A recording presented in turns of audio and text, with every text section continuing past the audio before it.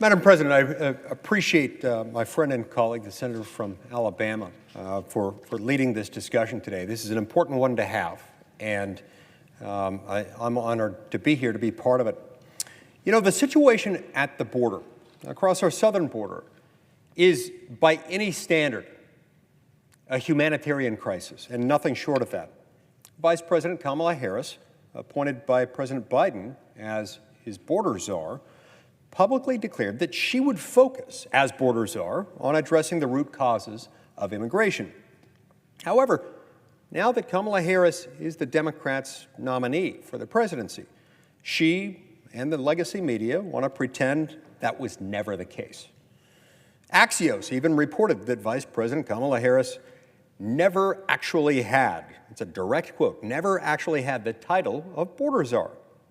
It's funny because that's a claim that contradicts the reporting that we've seen from Axios itself on this. In fact, we can see that right here in this chart. On April 14th, 2021, Axios reported that, quote, Harris, who had been appointed by President Biden as border czar, said she would be looking for the root causes that drive immigration.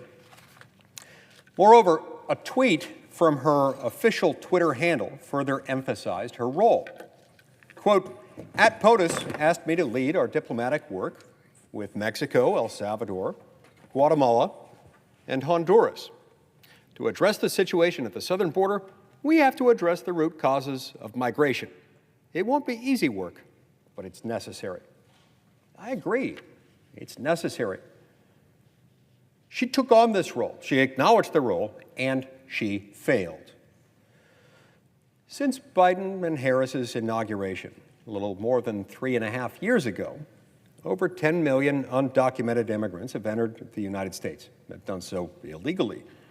This figure exceeds the population of 36 states, meaning the overwhelming majority of our states, 36 out of 50, have populations smaller than the total number of persons entering the United States illegally on the watch of border czar Vice President Kamala Harris, thus creating a crisis that has been met with a troubling combination of silence and inaction from this administration, the executive branch of government responsible for enforcing our border laws and the border itself.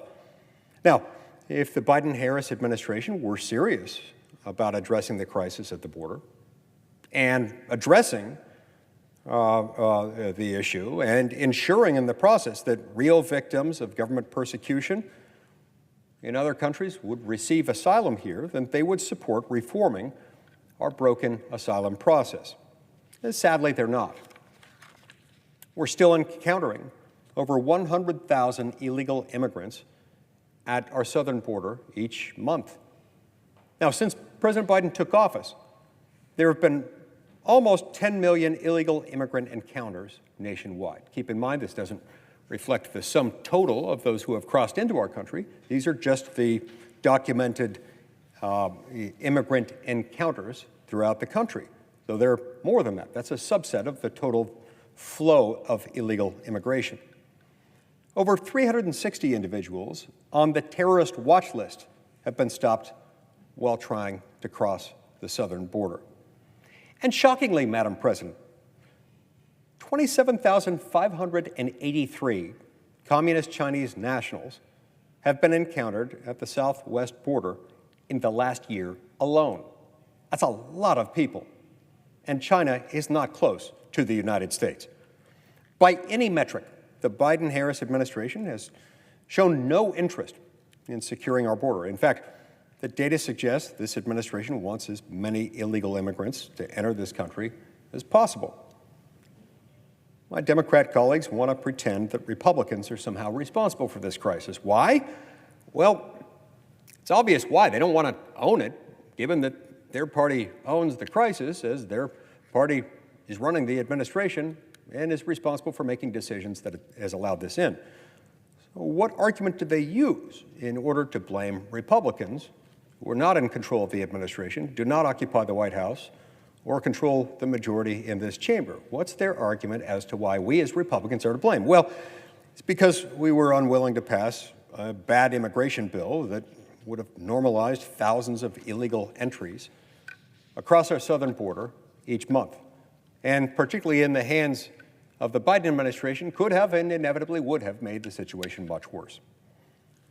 So today I'm offering a smaller bill, a narrower bill, a more focused bill that would help alleviate the crisis by closing loopholes in the law. These would be helpful. They are not necessarily things that represent a complete loophole, such that President Biden would be powerless to enforce the border without them. But they would make it harder for President Biden to justify the massive loopholes that he has manipulated. This isn't the entire answer. This bill wouldn't necessarily solve the whole problem. But if my Democratic colleagues can't agree that these common sense reforms need to be adopted, then how can we take their concern about the border crisis seriously? My bill, the Stopping Border Surges Act, would address loopholes in our immigration laws, which have helped create some of the perverse incentives for illegal immigration. They've made it easier for the Biden administration to facilitate this flow of 10 million illegal immigrants into our country over the last 3.5 years. The bill would clarify that an adult cannot bring a child into this country expecting that child to be his or her ticket to avoid detention. This would help eliminate the disturbing practice of what's sometimes referred to by the Border Patrol as the practice of recycling children and babies by coyotes and cartels. People will bring in a child, and sometimes that same child will be brought in under similar circumstances over and over and over again as the ticket into the United States, the ticket thus making it less likely that they'll be detained and ultimately deported. It allows all unaccompanied children to be returned to their home countries, thus ending the incentive for the parents to send their young children here alone, leaving them vulnerable to abuse. Sadly, we see what's happening to those children under the supervision of the Biden-Harris administration and Secretary Mayorkas. They're trafficked either into child slavery, sex slavery, or as drug mules. My bill would require that the Department of Health and Human Services provide DHS with biographical information about the persons to whom children are being released, so that they know something about them, rather than just this is the person to whom you're going to release the child. It would also require asylum seekers to apply for and be denied asylum in at least one safe country on their route from their country of origin to the United States. It would combat the Biden-Harris administration's obliteration of the credible fear standard by heightening the burden of proof. The correct application of this standard is pivotal to the operation of our asylum system and making sure that it's there for those who need it and not subject to rampant abuse by those not eligible for it. It's been corrupted over the years, but this administration has destroyed it entirely, manipulating it to the point where it's now beyond recognition. We must fix it. It's sad that we have to fix it, but we have to fix it in large part because it's been so distorted and abused by this administration, profiting international drug cartels to the tune of tens of billions of dollars a year, leaving a huge, huge wake of human suffering in its path. It would close loopholes and restrict asylum to aliens who present themselves at an official point of entry. We must eliminate these loopholes and not allow the Biden-Harris administration to make more of them. Congress needs to take back the authority to establish law. We can start today by passing the Stopping Border Surges Act. Ending the ambiguities in our current asylum law will help to mitigate the situation at the border and prevent unelected, unaccountable bureaucrats from acting with utter impunity to enforce their own policy preferences, culminating inevitably in open borders with more than 10 million people coming into this country in a space of only 3.5 years.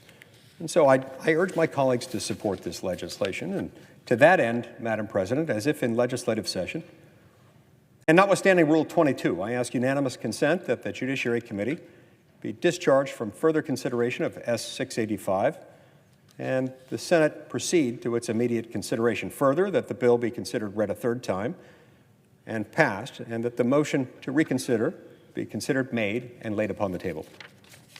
Is there an objection? Reserving the right to object. Majority Whip. I object. Madam President, I appreciate the thoughtful remarks of my friend and colleague, the distinguished senator from Illinois. He and I have worked together on many issues, and we don't agree on everything, but when we do agree, it's a lot of fun. We're able to do a lot of great things together. I appreciate his leadership on the Judiciary Committee and the fact that he's always been friendly toward me. I also appreciate his reference to our sort of the civics aspect of what we do. The notion of how a bill becomes a law is always instructive. It's always helpful to bring that up. You know, we've lost some of that in our system, and people get confused as to how laws are made. Of course, the very first operative provision of the Constitution, Article 1, Section 1, has only one clause, so it's Clause 1. The very first language after the preamble says that all legislative powers herein granted shall be vested in a Congress of the United States, which shall consist of a Senate and a House of Representatives. Remember, legislative powers are lawmaking powers, meaning all power to make law, make federal law, are vested in this body. And the body with which we share the legislative power just down the hall, the House of Representatives. Article 1, Section 7 elaborates on this function and makes clear yet again that you cannot make a federal law without following this formula. The formula prescribed by Article 1, Section 7 is bicameral passage followed by presentment to the President of the United States. You have to pass the same legislative text down the hall, also pass it here.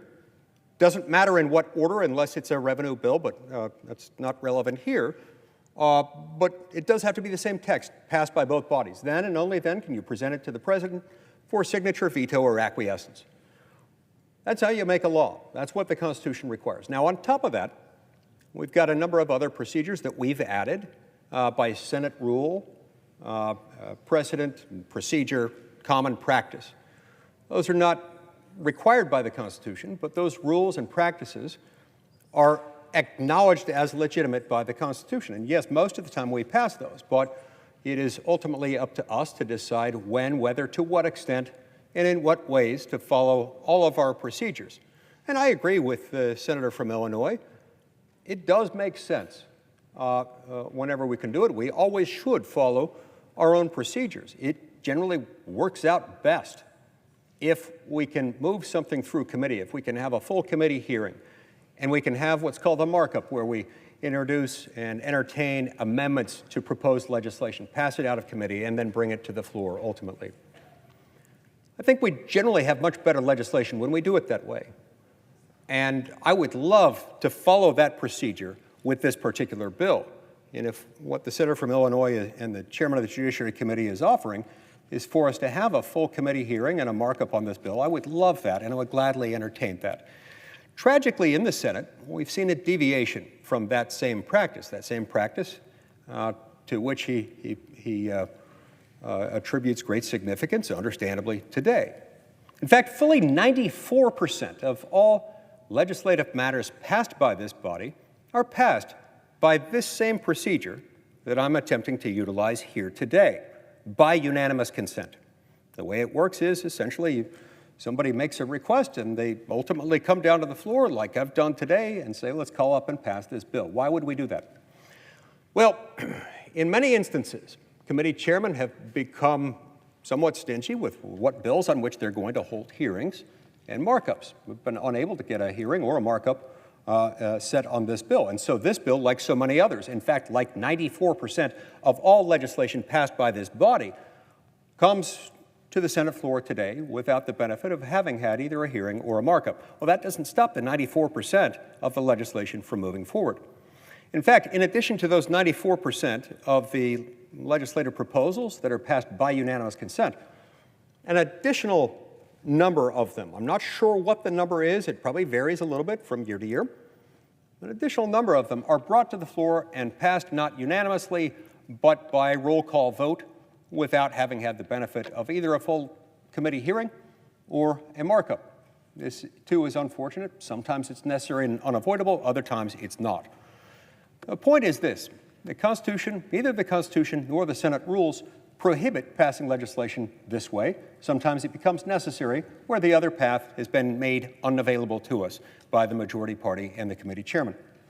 In this circumstance, there's an additional reason why we need to bring this forward. We talked a minute ago about the legislative process required by the U.S. Constitution to pass a law, to make or change any statute that is federal in nature. You have to go through that Article 1, Section 7 formula. Bicameral passage in Congress, followed by presentment to the President for signature, veto, or acquiescence. What the Constitution does not countenance, certainly prohibits, is the making of new law or the modification of existing law by the executive branch of government or by anyone or anything outside the framework of Article 1, Section 7. That's what we've seen with our immigration laws, including and especially with this administration. With regard to laws that are relevant here, laws, for example, involving asylum standards. The asylum standards have morphed over the years, over many decades, and the practice of applying our asylum laws has become so different under this administration than what the law actually says. This is comparable in many respects to another great frustration of mine that is closely related to this, where we outsource de facto lawmaking authority to unelected, unaccountable bodies in the executive branch, allowing them to just make new law. We call them regulations to get around the obvious awkwardness that would otherwise be created by this thing called the Constitution, to which we've all sworn an oath. But we allow, in effect, the executive branch to make laws that way under the form of rules and regulations. But either way, whether it's by the stroke of the executive pen or whether it's through an administrative agency, we have seen laws being made and changed entirely outside the constitutionally authorized process recognized by Article 1, Sections 1 and 7. And so that's one of the reasons we're here today, because we've had the executive branch making and changing law, not authorized by the Constitution, and we've had a lack of access to committee hearings and committee markups. And so that's why we come here today and do this. And while it's not ideal, it is how 94% of the legislation passed by this body is, in fact, passed. So that kind of matters. That provides some helpful context. We've talked a little bit about asylum and about how the asylum laws have been abused and modified. You know, the idea behind asylum is that if you're subject to certain kinds of persecution in your home country, we want to provide people with a place to go.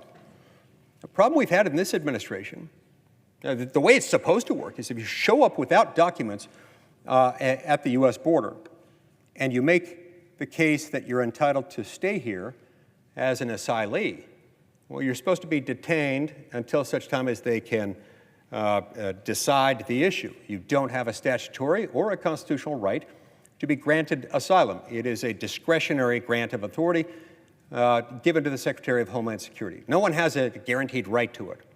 And so you're supposed to be detained while they consider your application, whether or not they're going to grant it. But instead, what this administration has been doing is just saying, okay, come in, you claim asylum, and they let you go. And because there are so many people coming in, about 10 million of them, many of whom are claiming asylum, they decide that the best thing to do is not deport them because they can't handle all those asylum applications, they can't adjudicate them. They say, well, let's just let them go. Let them go and tell them that at some point you may hear about a hearing that will be scheduled before an immigration judge. We hope you'll come to your immigration hearing. Well, at the current rate, many of these people are being told that their immigration hearing may not happen until the mid-2030s. This doesn't make any sense. This amounts to a de facto change in law.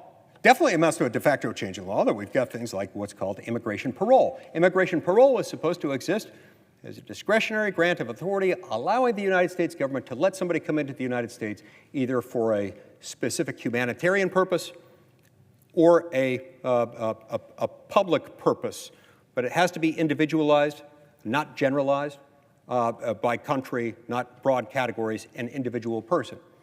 The law specifies that.